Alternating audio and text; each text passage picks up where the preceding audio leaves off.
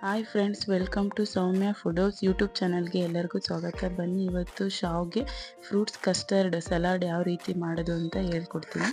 ಮೊದಲನೇದಾಗಿ ಒಂದು ಪ್ಯಾನ್ ತೊಗೊಂಡು ಅದಕ್ಕೆ 1 ಟೇಬಲ್ ಸ್ಪೂನಷ್ಟು ತುಪ್ಪ ಹಾಕಿ, ತುಪ್ಪ ಚೆನ್ನಾಗಿ ಕಾದ್ಮೇಲೆ ಅದಕ್ಕೆ 1 ಬೌಲಷ್ಟು ಶಾವ್ಗೆ ಹಾಕಿ, ಶಾವ್ಗೆನ ನಿಧಾನ ಉರಿಯಲ್ಲಿ ಗೋಲ್ಡನ್ ಬ್ರೌನ್ ಕಲರ್ ಆಗೋವರೆಗೂ ಫ್ರೈ ಮಾಡ್ಕೊಳ್ಳಿ.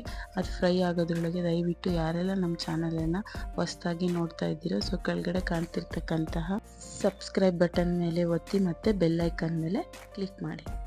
ಬನ್ನಿ ಫ್ರೆಂಡ್ಸ್, ಶಾವ್ಗೆ ಹುರಿದಾದ್ಮೇಲೆ ಒಂದು ಅರ್ಧ ಲೀಟ್ರಷ್ಟು ಅದಕ್ಕೆ ಹಾಲು ಹಾಕಿ, ಹಾಲು ಹಾಕಿದ್ಮೇಲೆ ಆವಾಗಲೇ ಒಂದು 100 ಗ್ರಾಮಷ್ಟು ಸಕ್ಕರೆನ ಆ್ಯಡ್ ಮಾಡಿ. ನಿಮಗೆ ಎಷ್ಟು ಸ್ವೀಟ್ ಕನ್ಸಿಸ್ಟೆನ್ಸಿ ಬೇಕು ಅನಿಸುತ್ತೋ 100-150 ಗ್ರಾಮಷ್ಟು ಸಕ್ಕರೆ ಹಾಕಿದರೆ ಸಾಕು. ಹಾಕ್ಬಿಟ್ಟು ಚೆನ್ನಾಗಿ ಒಂದು ಕುದಿಯೋಷ್ಟು ಕುದಿಸಿ ಹಾಲು ಶಾವ್ಗೆ ಹಾಲಲ್ಲಿ ಚೆನ್ನಾಗಿ ಬೇಯಬೇಕು. ಆ ಥರ ಚೆನ್ನಾಗಿ ಹಾಲನ್ನು ಬಿಸಿ ಮಾಡ್ಕೊಳ್ಳಿ. ಹಾಲು ಬಿಸಿ ಆಗೋದ್ರಷ್ಟರೊಳಗೆ ನಾವು 1 ಬೌಲಿಗೆ 1 ಟೇಬಲ್ ಸ್ಪೂನಷ್ಟು ಕಸ್ಟರ್ಡ್ ಪೌಡರ್ನ ತಗೊಂಡು ಅದಕ್ಕೆ ಒಂದು 1/4 ಲೋಟದಷ್ಟು ಹಾಲು ಹಾಕ್ಕೊಳ್ಳಿ. ಹಾಲು ಹಾಕ್ಕೊಂಡು ಅದಕ್ಕೆ ಚೆನ್ನಾಗಿ ಗಂಟಿಲ್ಲದೆ ಇರೋ ರೀತಿ ಅದನ್ನ ಮಿಕ್ಸ್ ಮಾಡ್ಕೊಳ್ಳಿ. ಅದನ್ನೆಲ್ಲ ಮಿಕ್ಸ್ ಮಾಡಿರೋ ಈ ಕಸ್ಟರ್ಡ್ ಇದನ್ನು ಈ ಕುದೀತಾ ಇರತಕ್ಕಂಥ ಹಾಲಿಗೆ ಮಿಕ್ಸ್ ಮಾಡಿ ನಿಧಾನಕ್ಕೆ ಚೆನ್ನಾಗಿ ಒಂದು ಕುದ್ದ ಮೇಲೆ ಅದನ್ನು ತಣ್ಣಗಾಗೋಕ್ಕೆ ತೆಗ್ದಿಡಿ.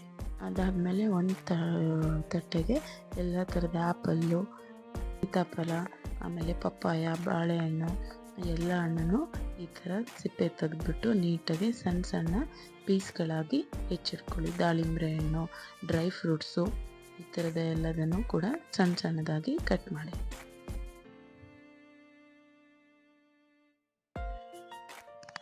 ಎಲ್ಲ ಹಣ್ಣು ಈ ಥರ ನೀಟಾಗಿ ಬಿಡಿಸ್ಕೊಂಡು ಸಪ್ರೇಟ್ ಮಾಡಿದ್ಮೇಲೆ ಒಂದು ಬೌಲ್ ತಗೊಳ್ಳಿ.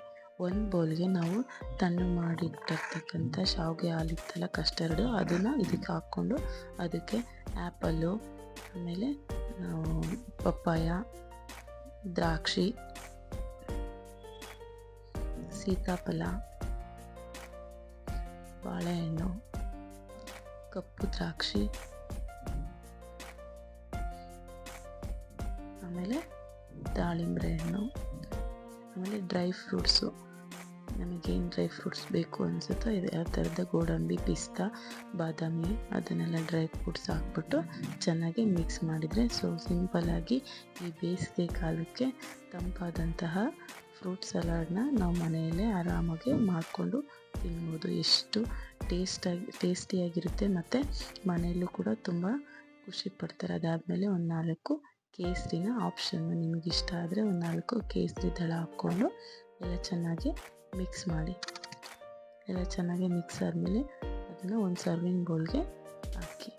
ಸೊ ನೀವು ಇದನ್ನು ಹಾಗೆಯೂ ಕೂಡ ಫ್ರೆಶ್ ಆಗಿ ಇವಾಗಲೇ ತಿನ್ಬೋದು.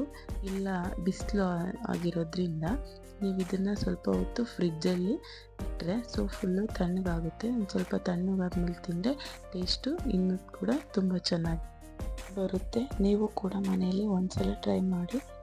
ತುಂಬ ಚೆನ್ನಾಗಿ ಮನೇಲಿ ಹೆಲ್ತಿ ಫುಡ್ನ ತಯಾರಿಸ್ಕೊಂಡು ತಿನ್ಬೋದು. Thank you for watching.